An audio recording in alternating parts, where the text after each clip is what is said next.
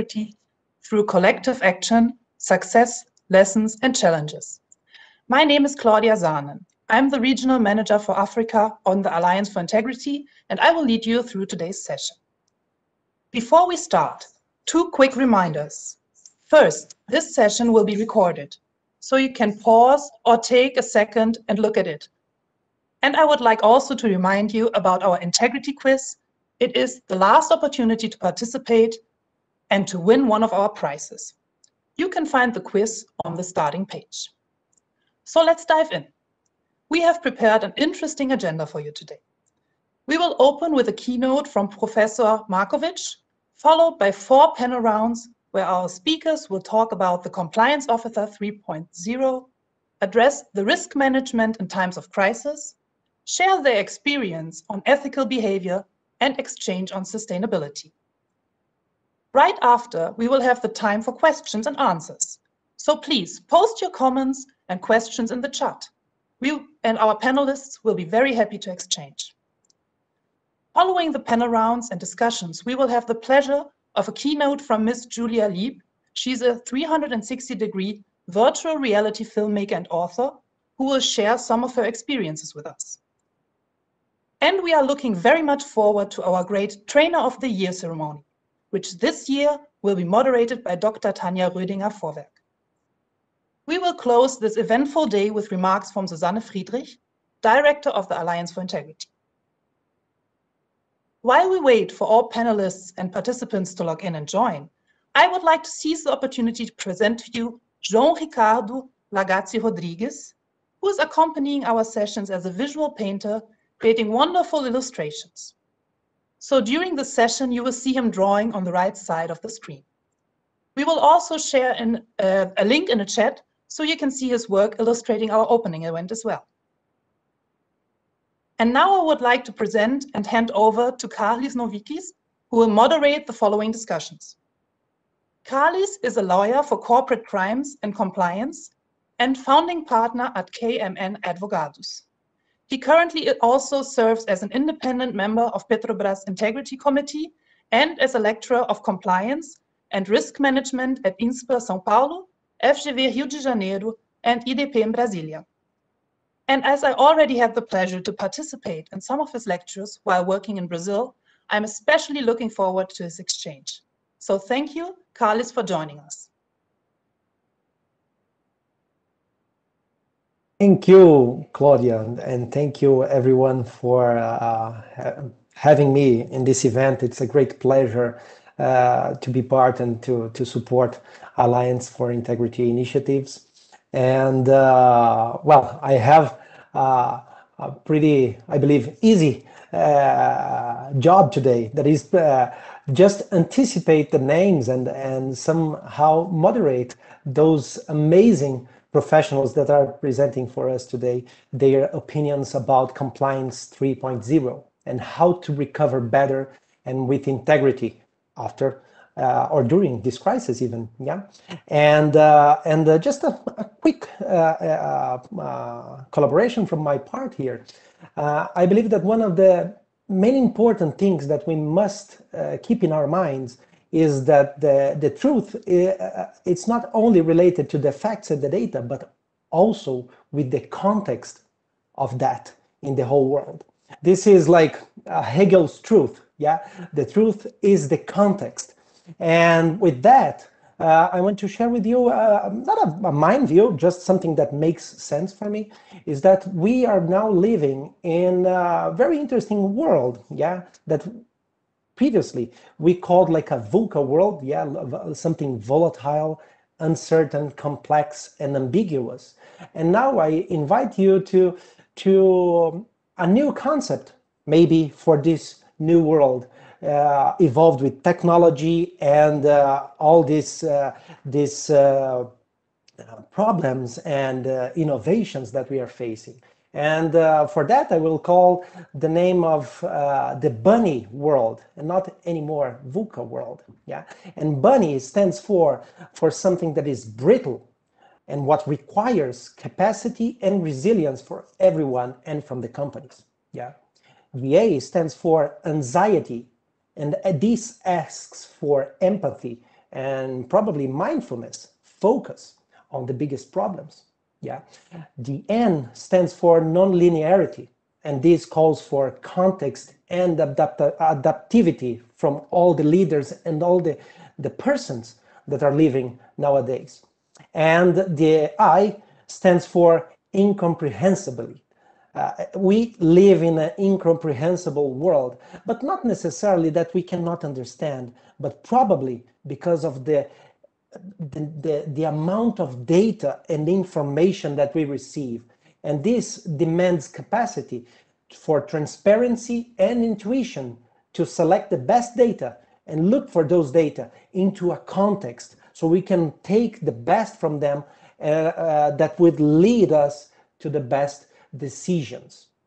Well, this is just the first point that I wanted to make before this amazing panelists that we are going to have today. And now I call for Professor Bartosz Makowicz, who is the university professor at the Faculty of Law of the European University of Viadrina in Frankfurt, Germany. And he is the director of the Viadrina Compliance Research Center, which is an interdisciplinary and think tank for compliance, governance, and ethics. He has been the head of delegation of Germany and an international expert to ISO TC 309. Bartosz is author of over 100 publications on ethics, compliance, and integrity, and gave over 100 speeches about this subject matter in the past years. So I invite you, Professor, to provide us your view for this subject of Compliance 3.0. So please, thank you for your presence. Thank you so much, Carlis, for this wonderful introduction, and thank you so much to Claudia as well for the pre-introduction, and the whole team of Alliance for Integrity for inviting me to this wonderful event today. To be here and speak to you, it's a double or triple pleasure to me, because first, we've been working with Alliance for Integrity for years now on different projects, so I'm very happy that we are continuing this collaboration, so fruitful. And then secondly, Carlis mentioned some numbers, a number of publication and other numbers, and I want to put on top another two numbers. The one is I got 40 last Friday, and I've been dealing with compliance for I think 15 years now. I was trying to count the years as we started to focus our research. At that time in the University of Münster, and then later when I moved to Frankfurt, we continued in Frankfurt. So we've been dealing with compliance from the almost very beginning in Germany, and then we brought it to the global stage as well. And then the other number I would like to mention as well is that our university, which is the European University in Frankfurt, has a great anniversary. We became this year 30. So it's 10 years younger than me. But in fact, as you probably may have heard, the university has a great tradition. It was the first university in the federal state of Brandenburg, and it was closed in 18 something. So the university is very old, huge tradition. And we have also a nice tradition of 10 years research on compliance. We started with compliance, and this is how I would like to link my introductory speech to the topic. We started with compliance some 10 years ago, and this is how I would like to start to touch upon the topic today, which is very challenging for me, because compliance or compliance officer 3.0, it's something that we haven't heard about in the research so far. It's something that the industry is thinking of, that the work and the environment of the business, but also other organizations, has been impacted by the pandemic. So we are going now from the idea of a compliance management system 2.0 in the direction of maybe 3.0. And I would like to start this short introduction with some historical overview, a very, very short one. So if you be so nice to put the next slide, please. Where did it start with compliance? It started actually very, very early, a very fundamental meaning of the English word compliance that has been overtaken in other languages as well. I heard the translation we used to say in Germany compliance as well, but in Spain, what I really like is the translation of cumplimiento. I don't know if you have one in Portuguese as well, probably similar one. Carlos, do you have it? Called like integrity or conformidade. Yeah, oh, but with conformidade different sounds, meanings, but it's the same thing. that sounds good as well. So this is where it comes from. The roots comes from the medicine, and that was the idea of to be compliant with the prescription of the medicine by the doctor. Then what we understand under the compliance management system, like the structures and procedures, policies, and so on, it appeared for the first time within the US military structures, which is very interesting. And then we had all these huge scandals like Enron and so on, and the industry understood that they have to reorganize the structures and make them more robust in order to avoid misbehaviors in the future. So this is where the journey went further with the compliance management system in the private sector. Then we had the regulated sector and the legal obligations, first legal obligations, and so far still the sole legal obligations that we have in the European Union as well. We don't have a legal obligation for all kind of organizations and branches to introduce compliance management systems, but we have it in the regulated sector for banking and insurance companies. Then after a few years later, I would say that would be already 2000, maybe 7, 8, in that period of time, organization beyond the regulated sectors started to implement as well compliance solutions, since they understood that there are a lot of very useful functions of these management systems for the whole organization and also for the society. So even the small and medium-sized companies started to implement some of the elements of the CMS. Now we see this trend also in the public sector. The organizations like the federal government sometimes are trying to implement some elements of compliance management systems. And then I am still not in the last year when the pandemic started in Europe and all over the world. But when we are not talking about the pandemic period, I would say you can put the border, if you go a little further with the animation of the presentation, then you will see, but this is my very best try only, you could put the border somewhere in between, in the middle of this arrow. A little further, yes. So, and I would divide this development into two phases. The first one, I would say, is the old age.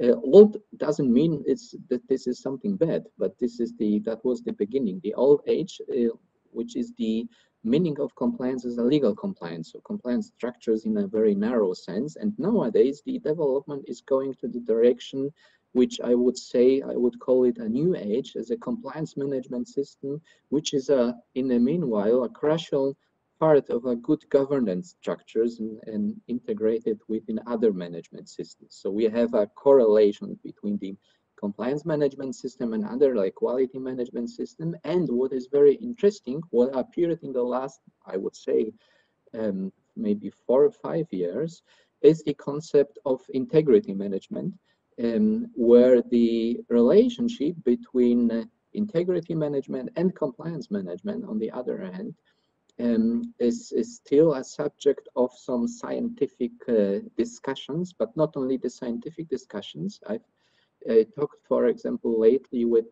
some compliance executive of huge German corporations, and they are also trying to implement different kind of integrity management systems and thinking about it, what is the relation between compliance and integrity.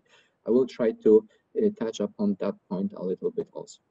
So the big question is, and this question was asked to the panelists and to myself also by the organizers, is how to recover better and with integrity after the pandemic, because probably we see already the light in that tunnel, and somewhere around the autumn time this year, we will be coming back to the normal reality. And I would dare to say the reality from the perspective on integrity and compliance will not be very new and very different. But let me focus very briefly on 4 points. So the question is how to recover better and with integrity. And my answer is, and this will be a very short and brief simulation, let's create an integrity and compliance superhero in the remaining, probably not 15, but 7 minutes. So I would focus on the 4 points. The first point, and those points are oriented also to the discussion rounds that will follow after this introduction. The first point is integrity and culture. The second point would be the digitalization. The third point, the standards, and the fourth point, the so-called holistic approach. So the first point, why ethics and integrity? Ethics and integrity, because when you think about all these scandals that happens within the private sector, Enron, let's say Dieselgate in Germany, or Wirecard and so on, then we have different scandals in the SMEs with smaller and medium-sized enterprises. We have them, the associations as well. We have them even with the religious communities like the Catholic Church lately in Europe. And what is the common denominator for all of these non-compliance behaviors? So these misbehaviors is that we are always talking about rules. You can proceed a little bit with the presentation, please. We are always talking about the rules. We are always talking about people, human beings who are breaching the rules. And then the fundamental question has always been, and I think will remain after the pandemic as well, is the question why people tend in particular situations to breach the rules. And this is what makes, in my eyes, the most important approach in not only the compliance management, but as well integrity. The question why people in particular circumstances and situations would not follow the rules, but rather breach them. And this is something that has been emerging lately, because the answers on the question why people behave in particular manner or the other manner is a subject of the research of the so-called behavioral psychology.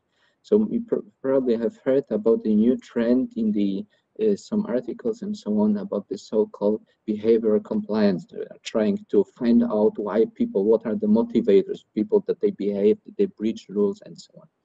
So the correlation between values and the conduct is that values are part of the culture, and all of us has kind of culture which is different from the depending on our education, depending on our circumstances, on our society where we live in, our religion and so on. But all these cultures, they are predicting our behaviors. And behavior is leading to the breach of rules and regulations. Next slide, please. Next point is what I was lately, I've been trying to find out was, the next slide, please, was the correlation between all these three concepts, because we used to hear on conferences and in discussions and so on, we used to say compliance, we used to say integrity, and we used to talk about culture as well and ethics. So there is this concept of business ethics. And this is very simple way that I am showing it to you, because even if we are talking about compliance, we have several definitions for ethics, for integrity as well. But the most common definitions, if you look at them, the compliance as a conduct in accordance with rules and regulations. Ethics as a branch of philosophy involves systemizing, defending, and recommending concepts right or wrong conduct. And then we have integrity as individuals' conduct based upon internally consistent framework of principles. So you see that what we have in the middle to proceed is the conduct, which is influenced by the culture and the so-called intrinsic values that are part of the culture. So that was the first point, and in my view, the most important one, which is ethics and integrity. The second point, if you proceed, the next slide, please, is the digitalization, which is also very, very interesting and important, and will be very important for the future work of the compliance officers. But we have to be aware that digitalization is a kind of two-edged sword. I'm not sure if the translation is nice. We have this saying in German language that the sword has two sides. The one is usually the good one, and the second one is the bad one. And the same can be said about digitalization. We have new chances, and that will be, I think, one of the topics of the discussion runs. Digitalization is bringing a huge facilitation for the daily work of the compliance officers. We have wonderful tools like visual risk analysis, for example. We have all these providers for safe whistleblowing channels, for example. We can use IT solutions when mapping legal obligations to find out what kind of obligations we have to follow with our organization. We have remote investigations, which became very famous in the pandemic age. We have wonderful integrity tools and so on. On the other hand, however, digitalization is creating new unknown, so far unknown risks. Like cybersecurity, fake news, data leaks, privacy infringements, and so on and so on. The fifth point, that was the second point, digitalization. The third point are the standards. Next slide, please. And by saying that, I'm closing very slowly my introduction. So as to the standards, we need the standards since we have a global economy, but we don't have a global legislator. But we need a common language when we are talking about compliance, when we are talking about anti-corruption, just to understand other countries and other organizations, how their systems are working. Next slide, please. In the standards area, you have probably heard that there are some new standards, especially the International Organization for Standardization has been very, very active lately in that area. Next slide, please. The fourth point, I wanted to tell you some benefits, but I think the benefits of using standards, unified solutions are quite obvious. We are then talking, we are more understandable, we are strengthening the transparency of our organizations. We are demonstrating the excellence because we are following the state of the art and so on. So there are a lot of benefits when following the standards. If you proceed, please, with the presentation to the fourth point that I wanted to focus on. The fourth point is the so-called holistic approach. This is the trend that we have had not only in Germany, in other countries and on the global stage as well, that we are not going to create, you can show the whole slide, please. We are not going to create standalone systems for each particular compliance risk, for example, anti-corruption management system, whistleblowing management system, data protection management system, and so on. But the idea is just to find out what kind of risk our organization is facing, and then to try to address them within only one management system, within only one risk management, within only one policy and communication strategy, and so on. We don't have to double them in order to have an effective system. So that brings us to ethics and integrity. So we are making the turn back to the beginning of the presentation and the fundamental initial question, so how to recover better with integrity. And that brings me back to the compliance superhero. When you please put the next slide, we would try to make the definition of who will be the guy, the compliance officer 3.0.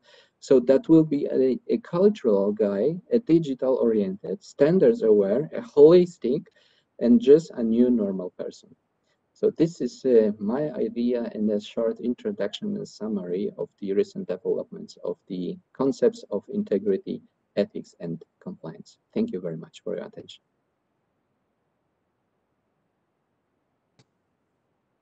Excellent, Professor. Amazing insights. And I just wanted to emphasize that a person must now, a professional, a person that works, they cannot stand only in their own box, if I may say like that. They need to understand the context. They need to be holistic and need to be able to use the new tools that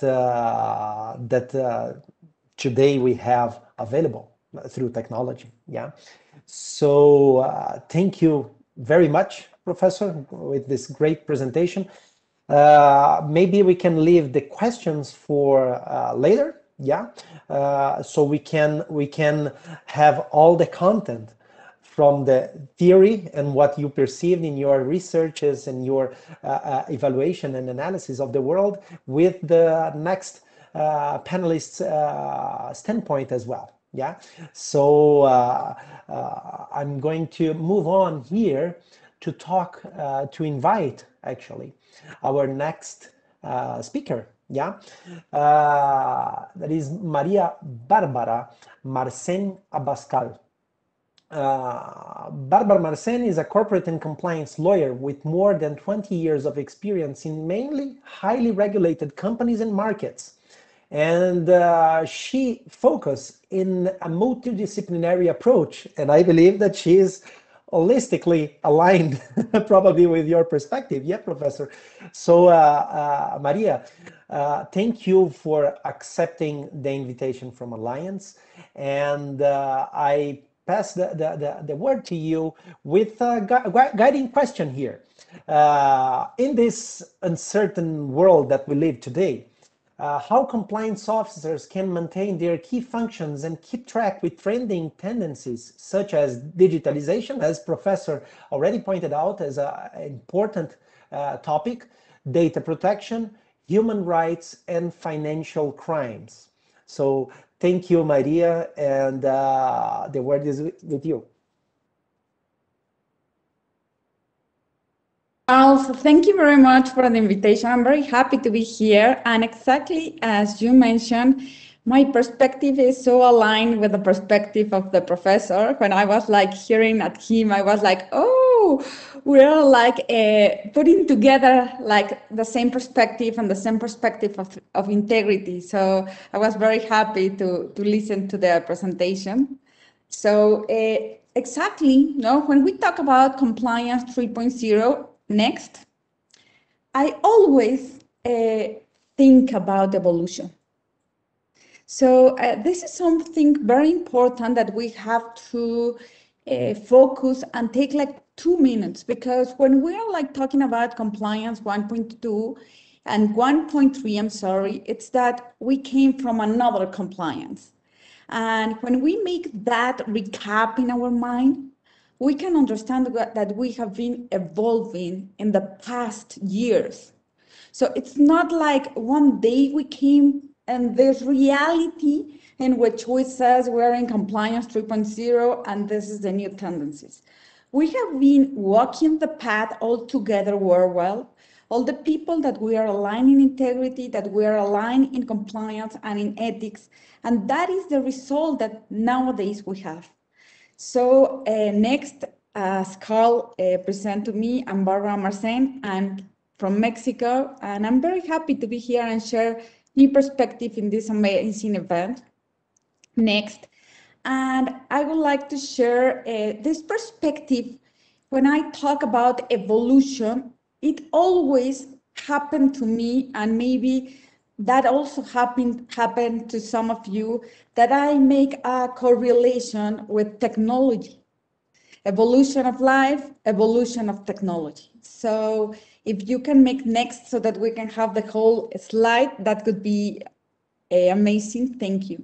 So in this evolution, I decided to put this photo, because it shows us this evolution of technology that we all remember when we have our first cell phone, these old cell phones that they were like very, very old.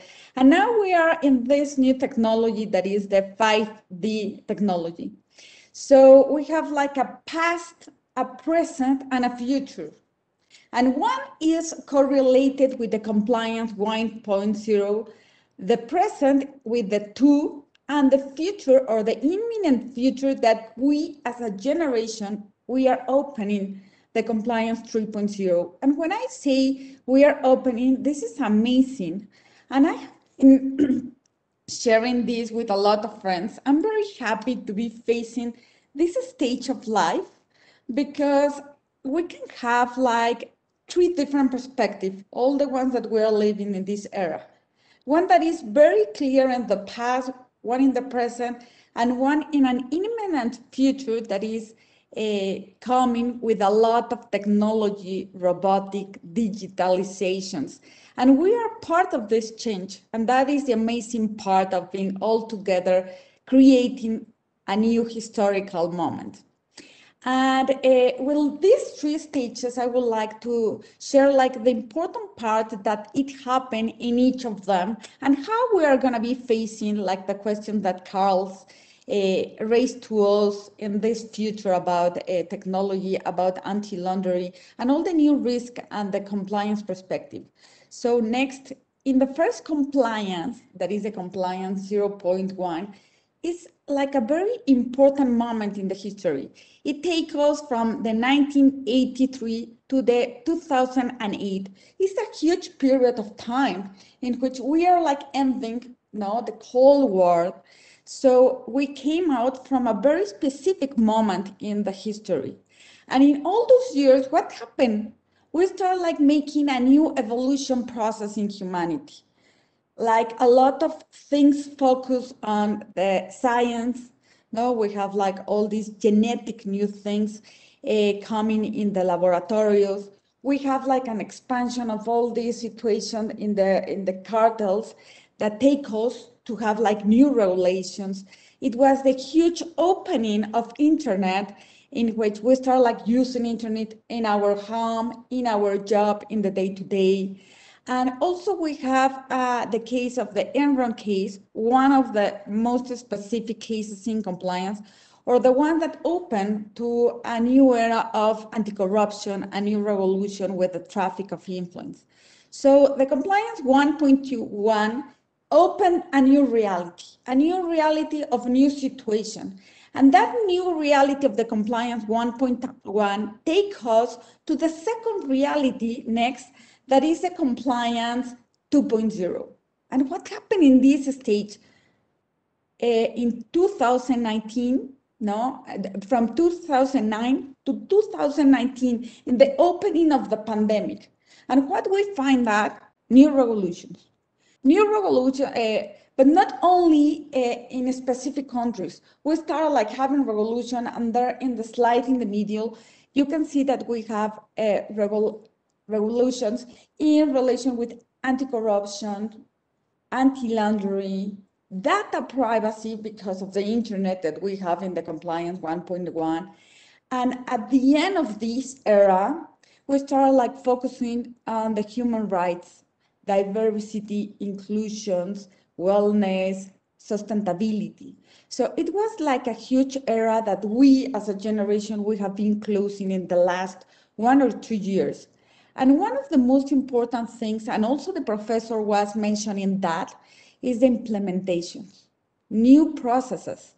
So first of all, we talk about the regulations, and it was like talking and being in compliance, cumplimiento, of these regulations. But now we have to find a way of how to implement that so that we can have a sustainability, not only a compliance per se, how to create business models, how to create this alignment, And there is, when we enter to this era that we are opening, next, compliance 3.0. The compliance 3.0 has 3 main things that are amazing. And why they are amazing? Because this era is taking us exactly to the 2030. So it's going to start, or has been started with the pandemic, 19 to the 2030. And there are like 3 documents that they can guide us. One is all the documents of the ONU. The other is the perspective of the World Economic Forum. in which it's talking how to support these objectives of the ONU, but in the financial, in the business, in the platform, in the economical part of the countries worldwide. And the other is how to balance this with the pandemic situation so that we can be all safe and we can recoup, no, for the next years. So the question is how we're going to face all this situation, well, how we're going to face the questions that Carl's put in the table at the beginning of this presentation. And next, the question is, what is coming soon? And when I say soon, it's soon, no? In the next 9 years, we're going to be facing all this situation, and that is amazing. So we're going to be facing 11 different points. And let's take a catch on each of these photos, because they are going to give us like a perspective of what are the things as compliance we are going to be facing. So the first thing that we have to focus, number one slide, thank you, is that we are going to enter into an era not only of compliance. We are going to change this word that we have been using of compliance into integrity. But not the integrity that we have been using when we use and we talk about anti-corruption and transparency. It's the compliance and it's the integrity of being able to integrate all the eras and all the areas that we're going to be facing. So we're going to integrate these 11 points. Number one is the migration of platforms, technology, the think of internet. So the compliance is not going to be the same. It's not going to be this compliance that we have been creating in paper with process. It's going to be a compliance that is going to be in the platforms. So we're going to be very careful of how we're going to manage and handle and balance the ethical dilemmas, because everything is going to be programming. So people from IT are going to help us to go a step ahead in which we're going to put everything there.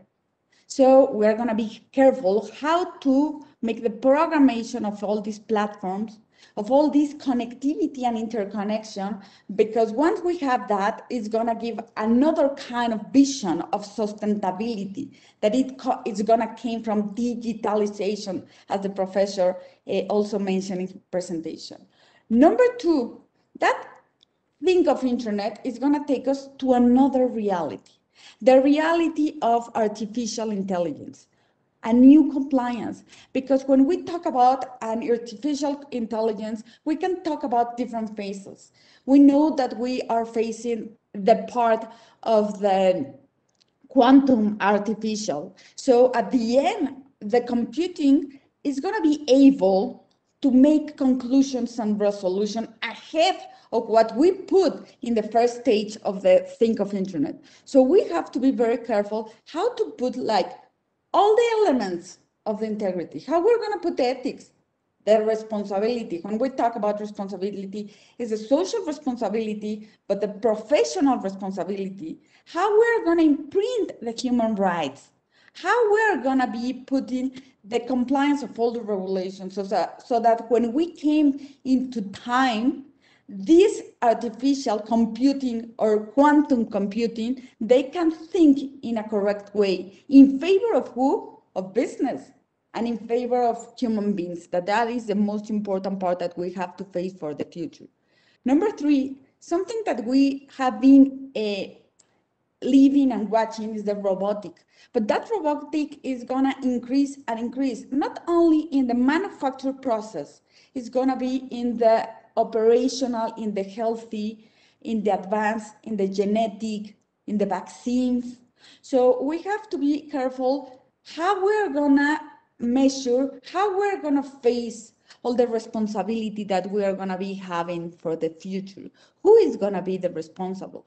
So we are going to have new regulations, and we have to be very clear on that part. And we have to be clear if this robotic is going to put aside the human beings, or how we are going to incorporate the human beings in new process when we have new robotics or new artificial intelligence. That's something that we have to think about for compliance 3.0. Next, then all these advances are going to take us to transhumanism. in which we are going to be able to modify part of us, part of our consciousness, part of our way of thinking, or our mobility in our body.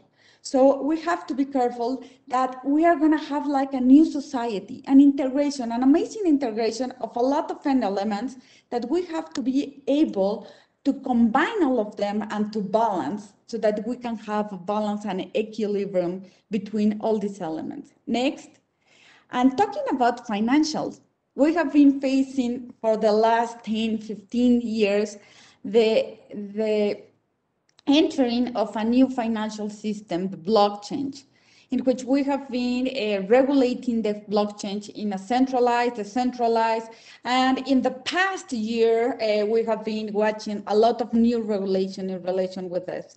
So more and more of blockchain and next, and more about crypto coins are gonna come. So we have to know how to make the regulation so that we can have a very good due diligence, a very good process of screening, so that we can have the process of know your client, know your provider on place. Because as we know, and we have been watching with the exponential growing of Amazon, no? All these network of distribution are going to grow more and more, and the borders are going to be clean, and we're going to be interconnectivity in a global perspective. So we have to be careful of how to handle like this interaction between countries. And going to the next one, number 7, it's the environmental point, weather, biodiversity, animals, interaction, how to create process of operations of manufacture that doesn't impact and continues impact the weather and the climate change. Next, when we talk about human beings, we're talking about human rights. So, and I love the part that Carl's put in the table in relation with mindfulness. So we are in a new era that we have to know how to approach in this balance of human beings in relation with a lot of stations and a lot of dimensions that we have as a human beings. So mindfulness, empathy, recovering, resilience, heartfulness are one of the things that we have to see. And also wellness in all the things, mental wellness, physical wellness, so that we can face the situation. And number 10, new perspective, new realities. What is going to happen when we are going to have our glasses of new realities? How we're going to be able to interconnect that instead of going to a bank of financial crime. We are going to have a glasses in which we are going to interact with a robotic or in artificial intelligence. So next, new business. New business is what is coming. New business model with technology, digitalizations, new ways. Next. And the 3 most important things that we have to be able to also integrate, it's the multidisciplinary, the new regulations, the new reality, but focusing, and it's one of the important part of the compliance, focusing on how we are gonna make the implementations. Sometimes we only stay in the stage of that compliance is comply with regulation, but really compliance is how we are gonna be able to sustain the business and to sustain the programs through time, and that is only with implementation. And one of the important taking aways of compliance, so that we can close with these slides, is the compliance 3.3 evolution. It's these 9 points: technology oriented, be a creator of new ways of implementation, more than an ambassador. We have to change our mind. We cannot be only ambassador of new tendencies. We have to put us in front and create. Be proactive on business models and be part of the results of new platform. Have a very good purpose of regulations, ethics, responsibility, human rights. Understand the sustainability versus the sustainability. Be transversal, multidisciplinary, have a good leadership that we can have multi-competencies, implementation, executions, be aligned with metrics and continuous improvement. Responsibility, versus integrity. Be more than responsibility or corporate social responsibility companies. Be integrity companies for the future. Next. Barbara? And I leave with that question. Are you ready? Oh, yeah. Barbara, thank you. It's because we have really to stop considering the time, but I really like it, the last slide that you put it, all that list of compliance 3.0 characteristics for the compliance officers and in this new time. So we'll leave questions for later, yeah, because we need to catch up with the time here. So sorry about that. And but thank you so much for your insights. And now I'm calling Obu. Obo, thank you for joining us, for your amazing path here to share to us your amazing experience. Yeah, so Obo is the head of compliance at Contracta UK and member of the Capacity Building Working Group in Ghana. He counts with more than 10 plus years of experience in compliance, risk, and internal controls activities in several industries in Ghana. And it's several industries indeed, so therefore I'm not going to name each one of those. And Obu, if I can ask you to join us with a guiding question here. COVID-19 has caused a lot of systemic disruptions in our society. How to keep the risk assessment on track considering the volatility during the crisis, and how to manage it efficiently.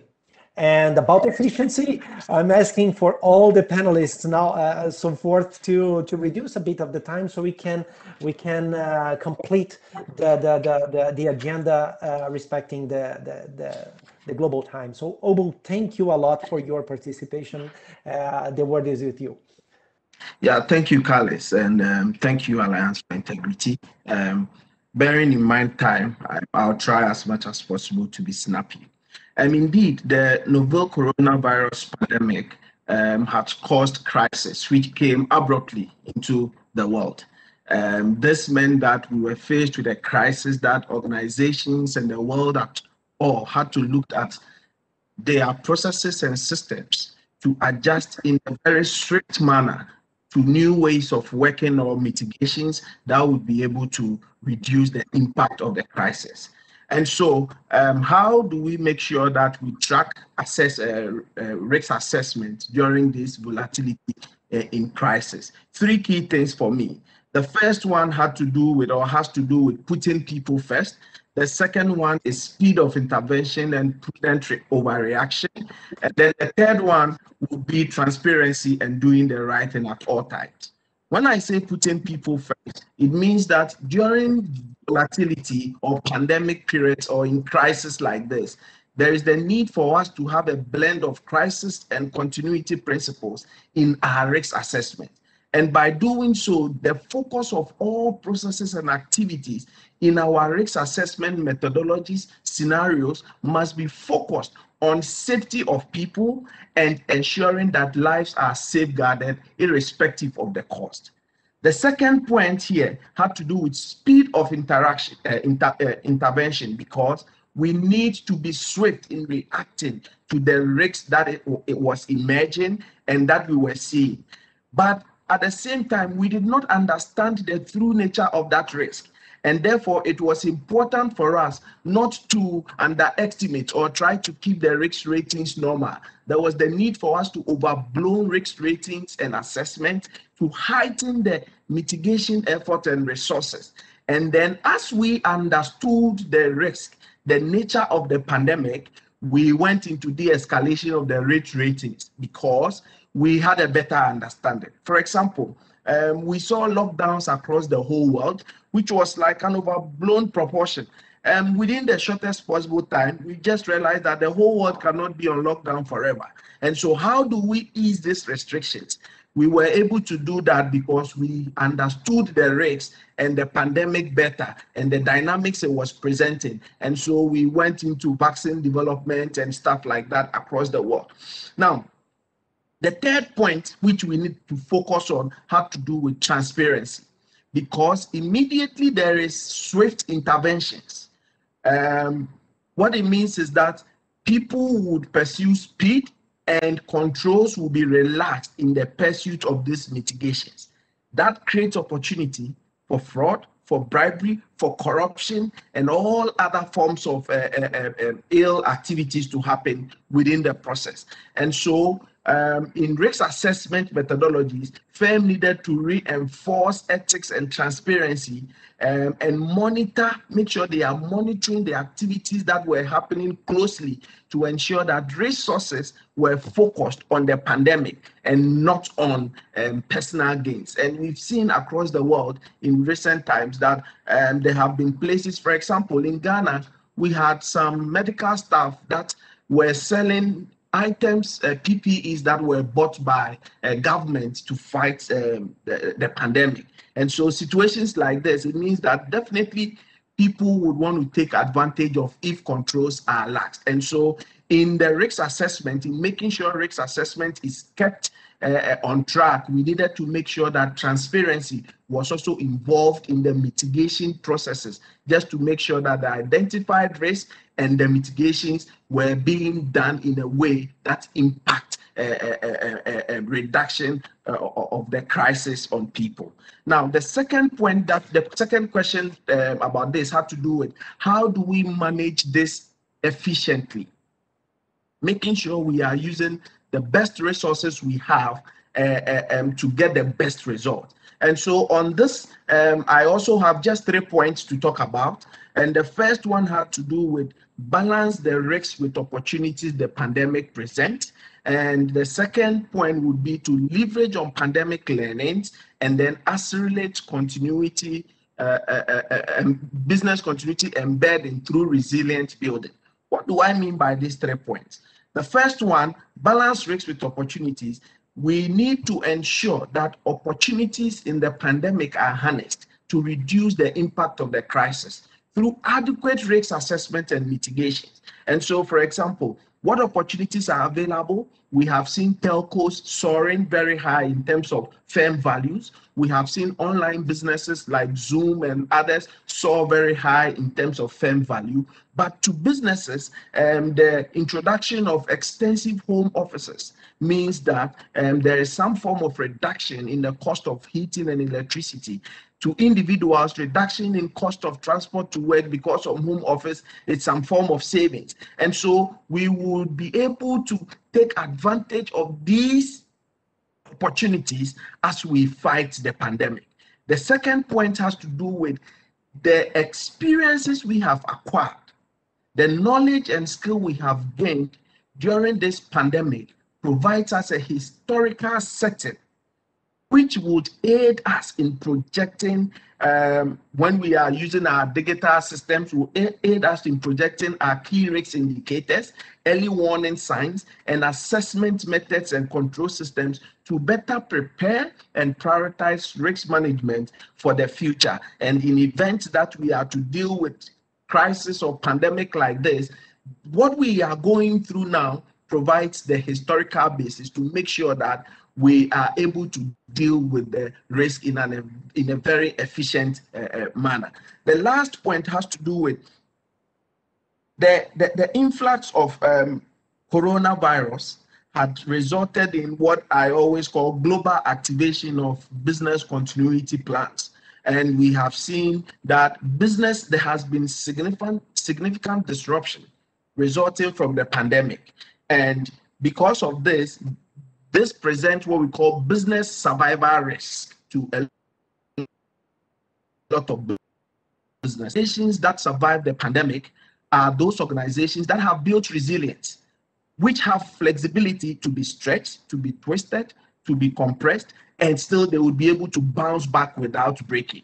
Some firms or many organizations have moved from having no resilience at all, 0 level resilience, to like 5 resilience through improvisation. And many others have also collapsed due to the lack of swift improvisation to tackle the pandemic risk. And so, just trying to conclude on these 2 questions, I would just say that, in my opinion, moving forward, this pandemic has served as an opportunity, particularly to those of us in compliance and risks, to have a robust risk assessment methodology and approach in identifying and mitigating risk and positioning firms to be more resilient. Post-pandemic looks very bright, but integrity would be the linchpin to a better recovery.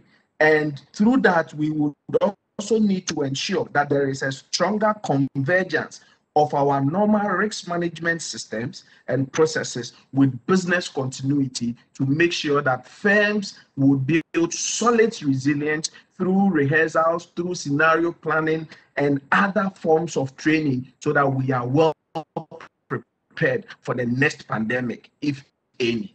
Thank you.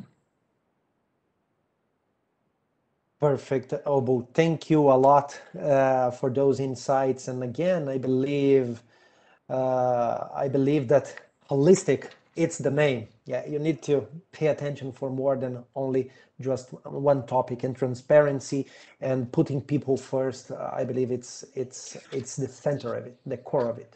So, questions we will answer later, probably through email or the summary of the event, because we are short on time, really short on time. So now I'm asking to, and thank you, Obu, for your valuable insights. And now I present to you and ask for Hasina Jasuk or Husuf to join us here and pass the word to you. So you, as a legal and compliance director of Alliance Life Indonesia, who has studied law in Trisakti University and Erasmus University Rotterdam, Hasina has 10 years of professional experience as lawyer and more than 13 years of experience in compliance and the legal area. So Hasina, thank you for joining us, and I pass you the word so you can help us on the time, but give us a glimpse on 3 questions here that I have to start our discussion. Which are the ethical challenges employees are facing now in working remotely? Yeah, this is really important, considering that this new reality comes to stay, I believe. How does remote work affect focus and motivation? Important. How should companies keep promoting ethical behavior in these challenging times and in a distance? So, Hasina, the word is with you. Thank you. Thank you. Thank you for the opportunity for me to be able to share what we are doing here in the company, and also what reality that we need to face now during this COVID situation. I think I don't want to go and then discuss about the definition of ethics itself. I think it's already covered by Professor Markovits. And but the interesting part is actually, I think having heard of the colleagues here, I think the bottom line that we actually can see, there's a lot of similarities between the importance of digital and also the importance of evaluation. So we cannot work as before. We need to be able to catch up with the situation now. But before going there, I think the basic line of ethical behavior is basically what is behavior? Behavior is actually the personality is what is on the inside, but behavior is what is come out. So meaning that, and the behavior is actually affected by those around us, and and this actually in a company say when you're talking about behavior or ethical, then you need to have a common language in order for the employee or for other people to understand what is the ethical behavior expected by the company. So this common language or common norms is actually reflected in the code of conduct. I'm sure that all companies or as any form of legal entity has this code of conduct applies. Maybe different language, but all actually the same thing, which is reflect to the what is the basis of moral belief and value of each of every one of us. That is reflected into a very simple way so the employee or the people work in the company can understand the expectation. My presentation, okay, the first slide, please. Sorry, next. Yeah, so what actually what have we been doing in the company to make sure that, especially in Allianz, now I work in Allianz, to make us resilient in 2020. As you know that in 2020, like we got this hit coming from COVID, and everybody needs to stay home and a lot of lockdown, but we need to also still produce, right? We still need to be able to meet the target that we already set up in the every year. So what actually made us resilient in 2020, which I may share, is because we are having this strategy, which is in here, if you see, we have a strong focus on customer experience, digital distribution experience, and also employee experience, meaning that we are considering the employee as part of the asset, which is very valuable for us. And the other one is to meet up with the situation that digitalization is something that we cannot deny. This something need to be reflected and need to be set up as soon as possible. And the way of working is also different, meaning that fast and agile product changes, which we actually need to come up with a new idea on how to create this new product. And also agile working culture, meaning we cannot stay as is before. Like one of the questions is in the past, it is very easy for us to make sure that ethical working is there because we meet the person personally and they are actually having the same environment as one which is in a private sector, is in a company. But when we are working remotely, then it's going to be different because you're not actually meeting them in person, but you are actually working in a remote, a different area, and it make us not easy if you want to put control or making sure that they are acting in ethical way on how to actually how to identify whether they're working, whether they're ethically, unethically doing something or not, is not as easy as before. What exactly, next presentation, yes. This is something that we actually implement in the company just to stay focused and motivate while you are actually working not within one place. Even though we're not actually in a company, but still the program that we have still ongoing. As you see that we still have this assistance program for psychological counseling. As you know that a lot of people having a difficulty living alone in their home and cannot go anywhere, so they need help. So this kind of program is actually created because of this situation of COVID situation. We don't have this before. And then all the program of the virtual seminar, even though it's virtual, but we are actually have this ongoing to make sure that people are engaged and stay focused and motivated, and they still think that we are actually care. Someone in the company or in the organization is care about them. And the engagement is still there, even though virtually. I mean, it's so funny that we need to buy or have lunch together, but virtually. Maybe it's something which is, well, funny, but it happens because we still need to make sure that the employees stay focused and motivated during this very difficult situation. Next.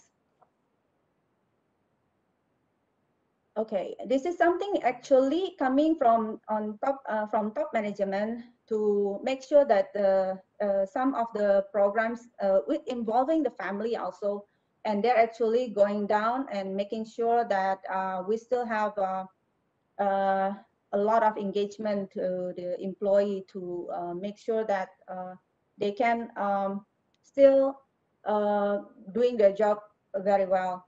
And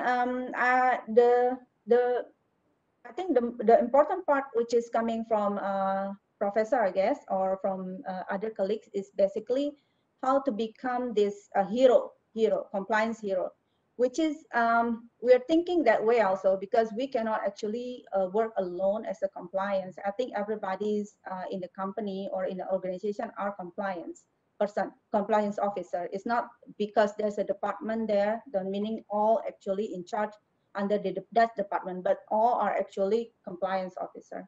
So in that part, to make sure that the ethical behavior in these challenging times is still can be doing very well, then we need to make sure that the awareness is still there, digital is still there, and also to, next please, to make sure we are actually making a program here. If you see, it's more fun. It's not like a boring thing to see, but we are making people actually remember of what is the items of code of conduct or ethical behavior that they want to actually adapt in their daily work. This is some of the samples, which is we are creating Avengers. These Avengers have the function of making sure spreading the message. Some of the things is actually, you can see is the same, but this is how we change from before to now. This is some part of which is actually can be adapted easily by the employee. Yeah. That's all coming from me. Is my time up? Is here? Yes. Oh. But if you please can go to your Okay. closing Yeah. So message. yeah. So basically, what I'm trying to say is the ethical behavior, and because of the situation is changed, the evolution need to be there. We need to change very fast and agile, and adapt and try to adapt to the new situation. And that's also reflect to how we actually try to make the ethical behavior go into and believed by the employee in a different way as before. Thank you.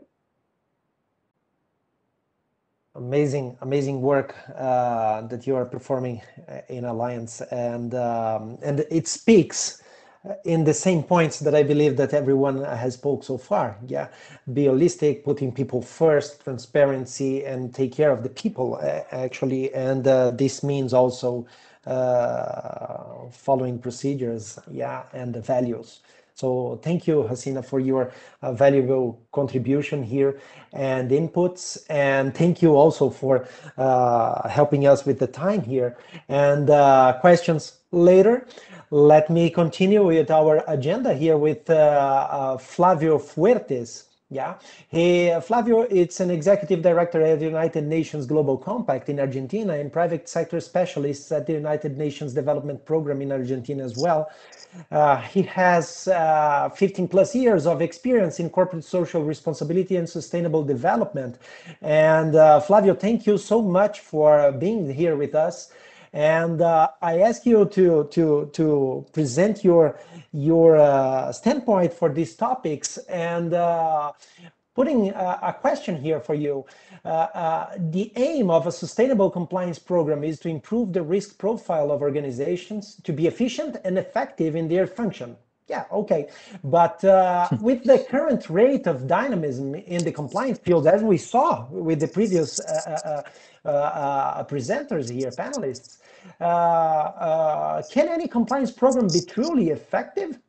So I leave this question with you so you can share with us your thoughts and knowledge. Thank you so much. And thank you if you in advance could help us on the time. Sorry for that, but the word is with you. Sure. Thank you.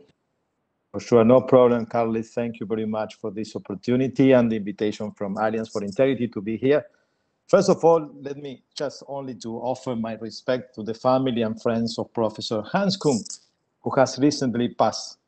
Maybe Professor Kuhn was one of the most influential persons for many of us who are attending this conference. With his book, A Global Ethic for a Global Politics and Economy, put the first milestones for the launch of the Global Compact at the United Nations around 20 years ago, And I'm sure that was a very inspirational person for some compliance officers in this conference. I think that with the actual dynamisms from stakeholders and the COVID-19 pandemic, there'll be always risks there, outside, around our organization. The problem is not to identify and to manage them, but to be effective from our point of view, integrity programs must change the focus of what we could call risk management. Traditionally, and as far as I hear here, compliance programs identify risks to companies. In this way, the risk matrices identify issues that can impact on business continuity or those issues that could affect the reputation of the company, of the business of the company. But I think that this is half of the story. This is, from my point of view, in terms of soccer teams, a defensive strategy, like a soccer team does. For those teams, in the best case, ends up tied with no goals. What we need today is for companies to be able to create value from an integrity perspective. The value that stakeholders need is different from the value that managers inside the company appreciate.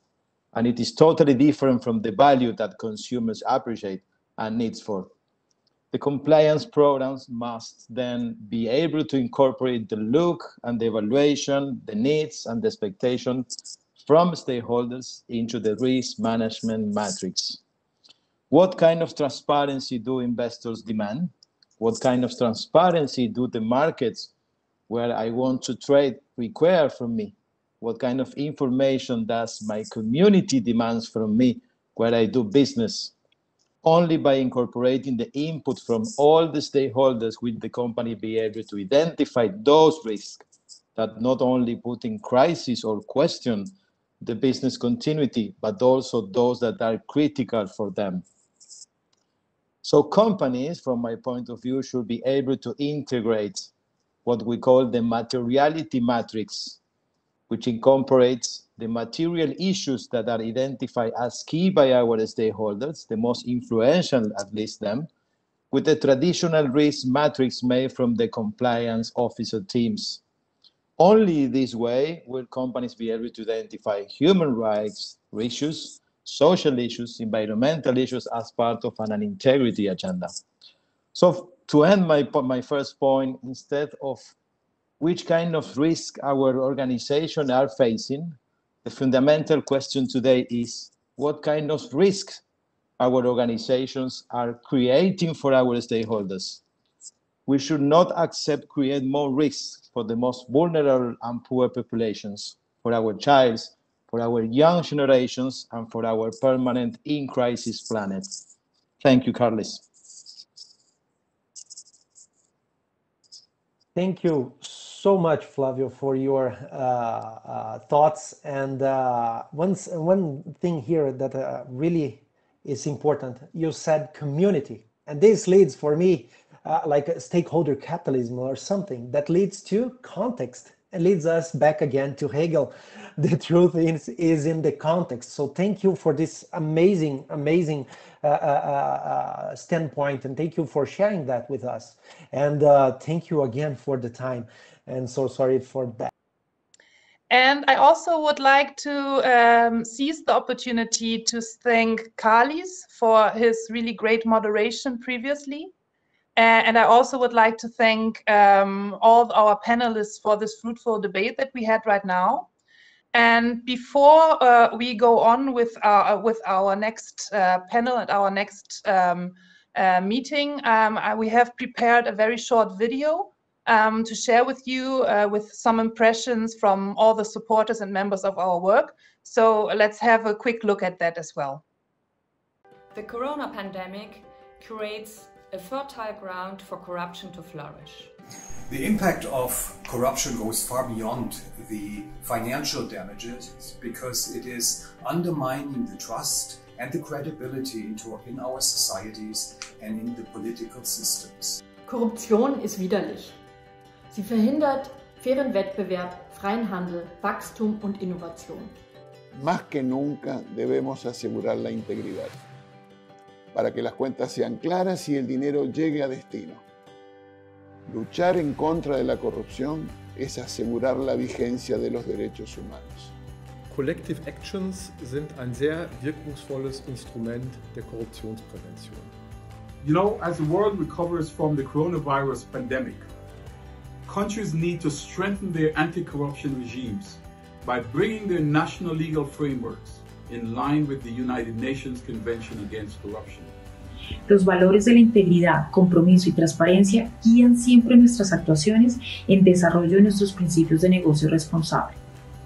El éxito a largo plazo de una empresa radica no solo en hacer grandes negocios, sino cómo hacemos esos negocios, y esto es con integridad. Tenemos que innovar, incorporar el análisis de datos. Solo así vamos a poder luchar contra ese mal que afecta a todas las sociedades y que va cambiando. We understand that empowering women and their participation in decision-making process and reducing gender gap have a significant impact in fighting corruption and promoting good governance. Compliance no es solamente cumplimiento de leyes y regulaciones, tiene que ser la brújula de todas nuestras decisiones, de la más grande a la más chica, en el día a día. The organizations who are compliant organizations perform better and sustain longer term in their business prospects. Luchar contra la corrupción es esforzarse en mantener esos valores que nos permiten tener una mejor convivencia social, familiar y también personal. Vamos juntos, seguir levando as melhores práticas de combate à corrupção e fomento da integridade para as nossas empresas e nossos cidadãos. We are all part of society. Each and every one of us can do something about it in his or her own environment. #United for Integrity.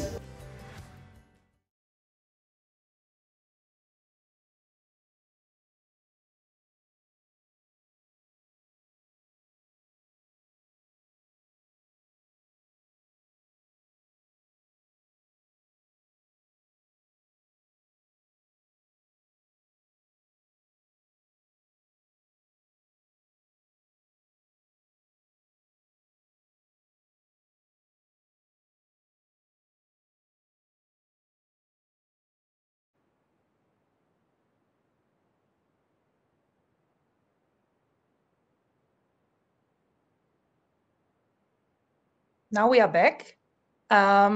It's always a great pleasure to hear that many different voices that come together in the Alliance for Integrity, that dedicate their efforts to foster integrity and in business and beyond.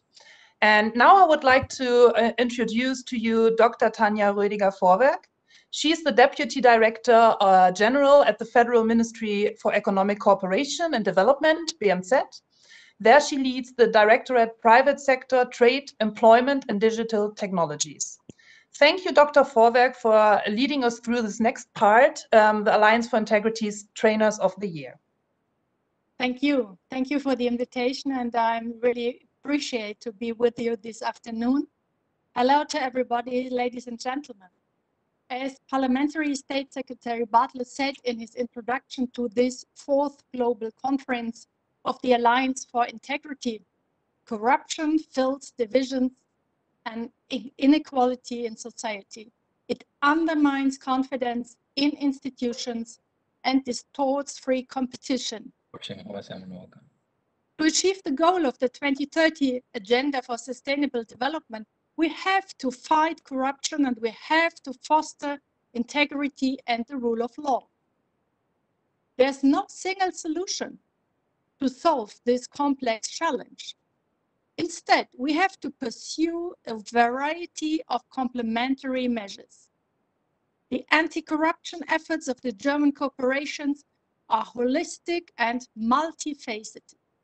They range from sector-specific measures over the expansion of local offices of audit authorities to the cooperation with national anti-corruption authorities.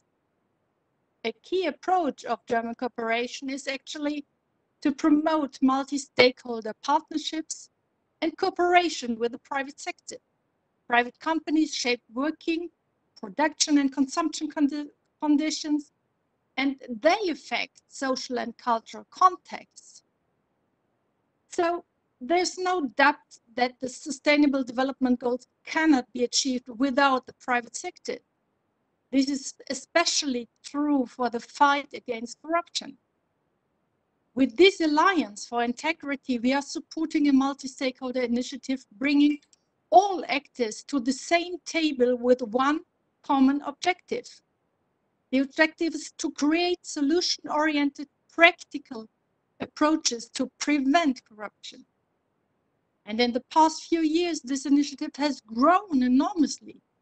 I would like to take this opportunity to thank all the partners of the Alliance, from civil society, the public sector, international organizations, and the private sector. You are engaged in the fight against corruption and have joined your forces to promote integrity in the economic system. So thank you all for your contributions and your support. One very practical example I would like to name is the Alliance for Integrity's capacity building program. From companies to companies, it supports companies in developing and implementing effective corruption prevention systems. Based on an international good practice and tried and tested solutions, participation companies gain access to tools and increase their competitiveness through higher integrity standards. As part of the program, experts from major companies with established compliance systems as trainers to support small and medium-sized enterprises with little experience. Not only do these trainers share their knowledge to build capacities and raise awareness, they also design, update, and adapt training materials to different contexts and target groups. Vibrant community of more than 260 trainers from international companies around the world meet on a regular basis and make their insights available to the global community. Dear trainers, I would like to thank you for your contribution to the Alliance of Integrity. You dedicated your time and resources to the cause of promotion, transparency, and the culture of integrity. You make the Alliance for Integrity slogan, "Business Take Action," a reality. You are compliance professionals with years of experiences. You know the theory, but above all, you know how it should be applied in practice. My thanks also go to the leaders of these companies who have made this commitment possible. Some of the CEOs of these companies are here with us today. Thank you for that. Through today's awards for Trainers of the Year 2020, we want to thank and recognize all your efforts and work in the creation of a level playing field. As I call your names, I would like you to switch on your camera, and at the end, we will take a picture of all the laureates together. So we try this together now. And I try to pronounce your names correctly, so please forgive me if it's not all in proper wording as you would like to expect it. So, firstly, the award of Trainer of the Year 2020 Argentina goes to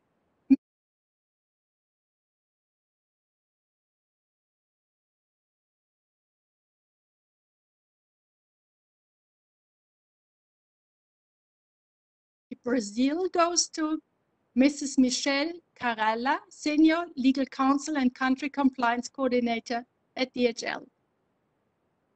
Please switch on. The award for Trainer of the Year 2020 Chile goes to Mr. Felipe Volante, General Counsel and Ethics Director at Walmart. Please join in. The award for Trainer of the Year 2020 Colombia goes to Mrs. Luz Aida Otalora, Compliance Officer at Telefónica Movistar. Welcome in the club.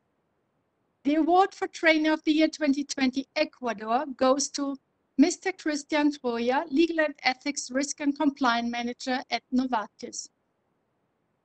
The award for Trainer of the Year 2020 in Ghana goes to Mr. Frank Abdullahi, Idrisiu, financial crime investigator at Fidelity Bank. Welcome in the group. The award for Trainer of the Year 2020 India goes to Mr. Raikumar Vidavatka, Compliance Head at Sony. The award for Trainer of the Year 2020 Indonesia goes to Mrs. Nungki Yuniati, Managing Director at Area Prima Comuniline. Please switch on your camera. The award for Trainer of the Year 2020 Mexico goes to Mr. Ricardo Corona, Regional Compliance Head at Laureate Education. And last but not least, please switch on the camera. The award for Trainer of the Year 2020 Paraguay goes to Mrs. Elizabeth Portolia, Chair at APAC. Congratulations to all of you.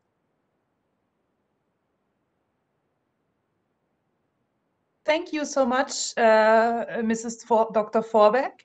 As you already said, we would really like to take this opportunity while our winning trainers are all together, at least at one time zone in one virtual place, to take a group photo to remember this moment by. So please turn on your cameras all at once, and we are going to take a group picture.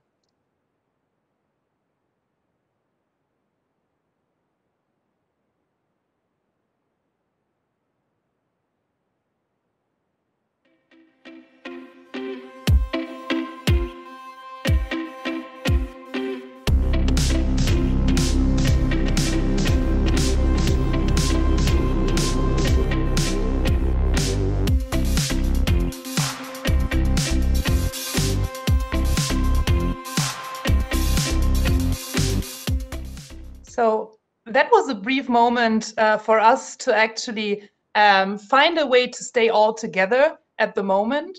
Thank you, Dr. Vorwerk, for these kind words and for leading our ceremony at the moment. And we now would like to take an opportunity and ask all of our winning trainers to say a few words. And I would like to for Dorothea from Argentina to start.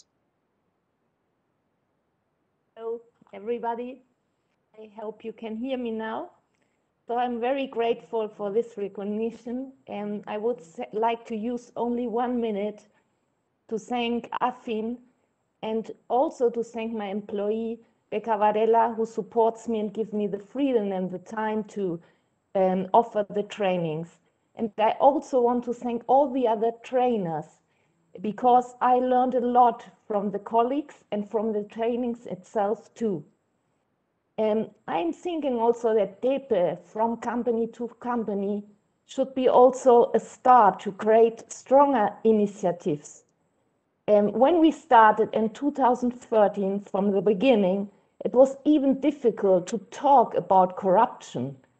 And now we have a lot of narrative in a lot of events on this subject. But corruption, for me, remains common and unpunished in most parts of the world. So I think there must be more collective action and initiatives like AFIN to change this situation. And it's clear to me that we can't do it alone. Thank you very much. Thank you, Dorothea. I would like to ask Michelle to speak some words as well. Hello, everyone. Good morning, good afternoon.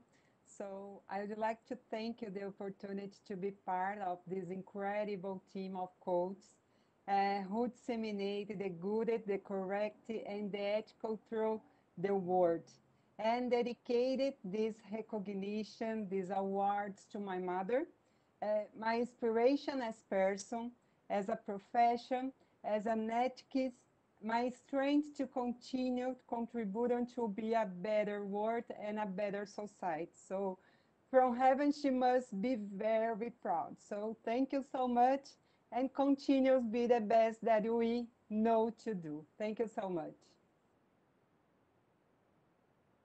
Thank you, Michelle, for these nice words. And I would like to call Felipe from Chile as well.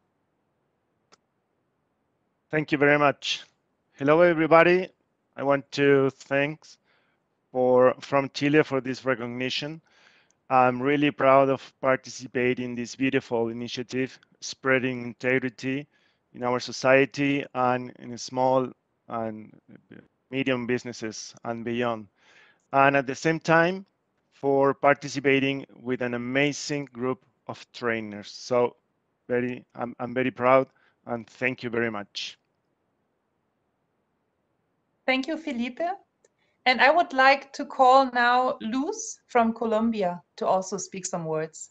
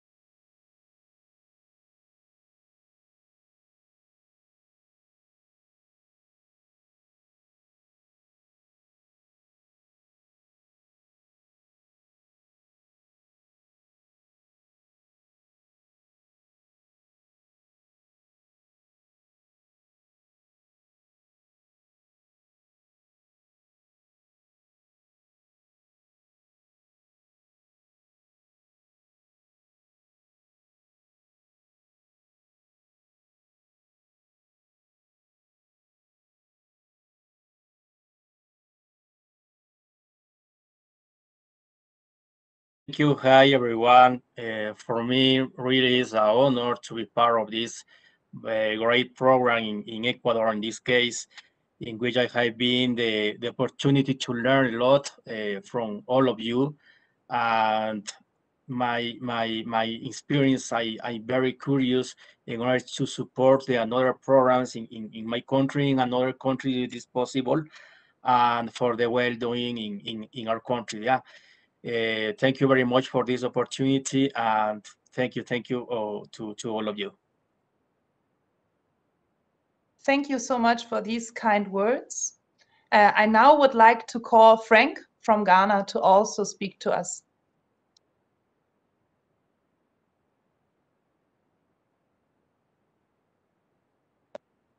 Thank you very much.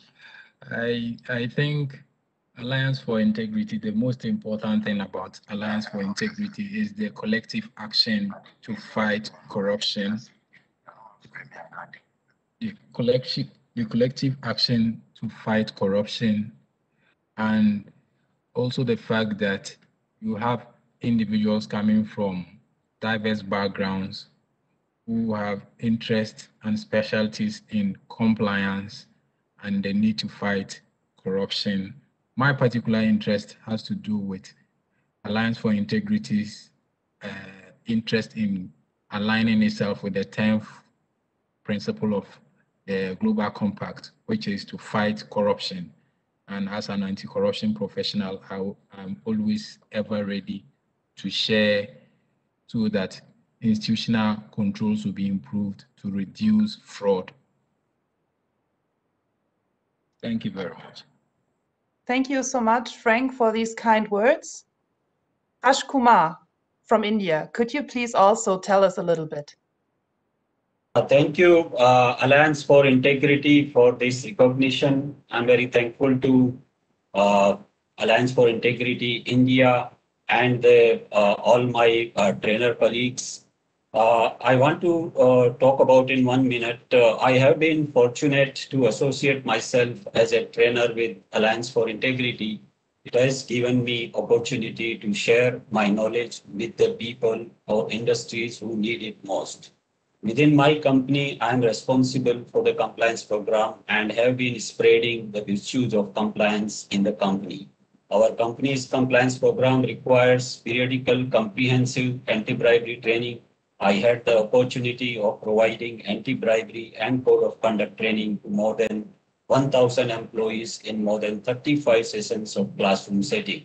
This gave me much needed experience of providing compliance training to a group of people. Last year, March 2020, I was invited for training in Kolhapur, MIDC. There I was able to convey the message of compliance in the language of audience and made it more credible by giving personal examples of dealing with compliance situations. I must also acknowledge that Alliance for Integrity is probably one of its kind organization in the world which spreads the message of compliance. The compliance, anti-bribery compliance is relatively new field of study or training and requires more knowledge and more training material.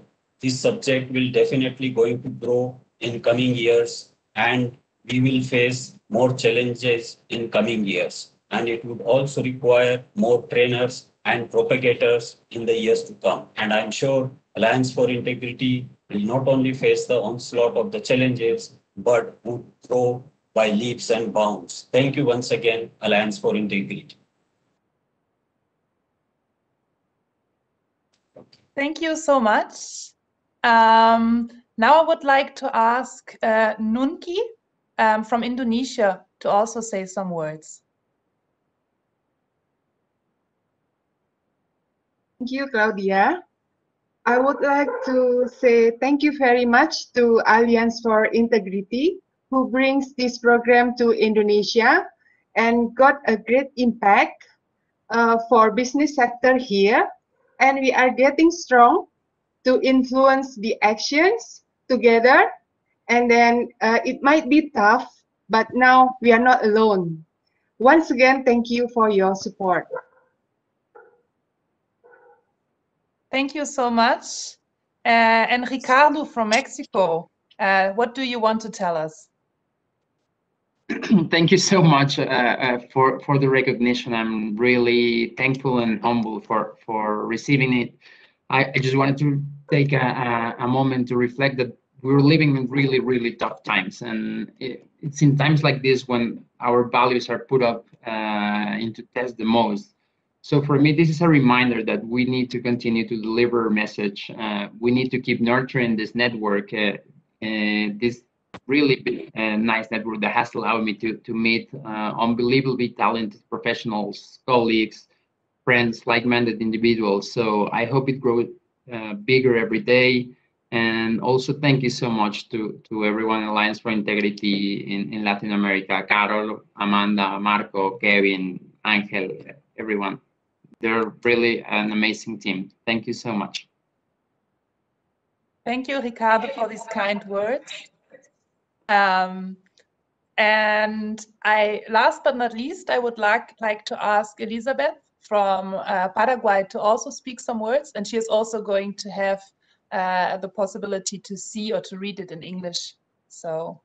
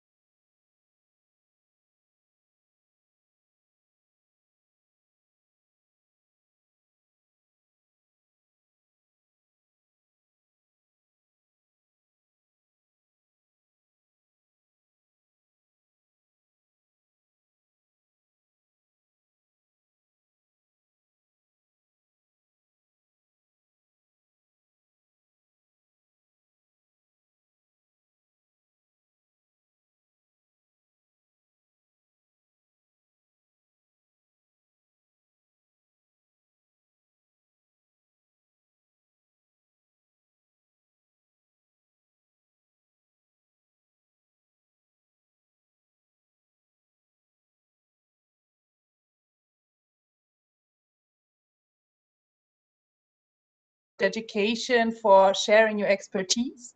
And I would like to see if Dr. Forberg would still like to speak some words, but I don't think so. So, yes, can you hear me? Yes, so thank you all. It's impressive to see members of the Alliance all over the world. Congratulations again. Thank you so much for sharing the time. And if we would be in a physical event right now, I would like to ask all of the audience again to stand up, to give a big round of applause, all the festivities that come normally with some kind of event. Unfortunately, due to the COVID pandemic, we can currently not be together in one room, and we can only hear the virtual clapping. So these changes, they have affected all of us, of course, but also our trainers. And we would like to seize this opportunity to share some of their voices of the many trainers that work with us in this especially challenging times. To do so, we would like to present a short video that gives room for their statements. So let's take a look at that. The corona pandemic creates a fertile ground for corruption to flourish. The impact of corruption goes far beyond the financial damages because it is undermining the trust and the credibility in our societies and in the political systems. Korruption ist widerlich. Sie verhindert fairen Wettbewerb, freien Handel, Wachstum und Innovation. Más que nunca debemos asegurar la integridad para que las cuentas sean claras y el dinero llegue a destino. Luchar en contra de la corrupción es asegurar la vigencia de los derechos humanos. Collective actions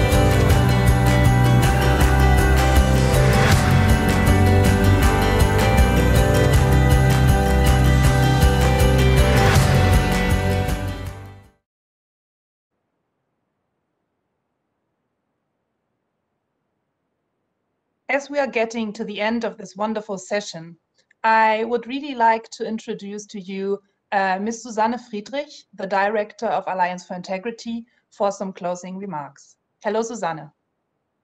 Hi, Claudia. Thank you so much. So, dear partners, supporters, dear ladies and gentlemen, 3 intensive days have come to an end now. The corona pandemic is still ongoing and causes many victims, and integrity, transparency, and accountability are among them. It's not that we don't know what is right and what is wrong. Studies show that already children have a clear sense of fairness and justice. We can build on this ground. The pandemic has revealed the vulnerabilities of our societies. The interdependencies in the global world became evident, and the pandemic has taught us also that our global supply chains are vulnerable. So good governance and an efficient and holistic management of risks in the public and in the private sector are key if we want to become more resilient and prepare for a better future that is already clearly defined by the SDGs. So during the past 3 days, we had intensive discussions on how to bring the topic of integrity forward. It was great to see the enthusiasm and energy of all those who were engaged. And I would like to invite you to have a look at our amazing painter, João Ricardo Lagazzi Rodrigues from Design de Conversas, who has been with us from the first day to document all the insights and ideas from the sessions. And these paintings will be shared after the conference. And I would also like to draw your attention to our journal, which will be published after the conference with interviews and articles from our partners and with our products and impacts. So leadership is needed to establish integrity as the common ground for our societies. The task is big because the issue is so complex.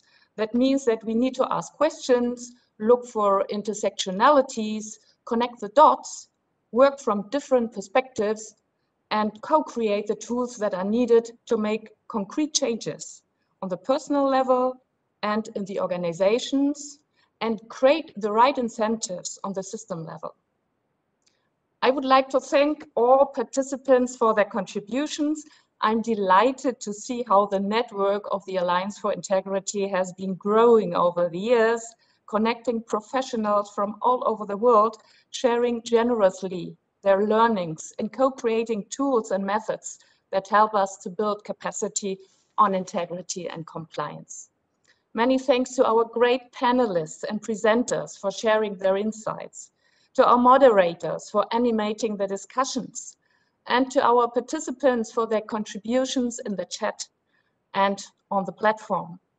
I would like to thank the Federal Ministry of Economic Cooperation and Development for its continuous support. I truly appreciate the efforts of all our partners and supporters, the members of the steering committee, the advisory groups, the working groups, and the trainers with their strong engagement.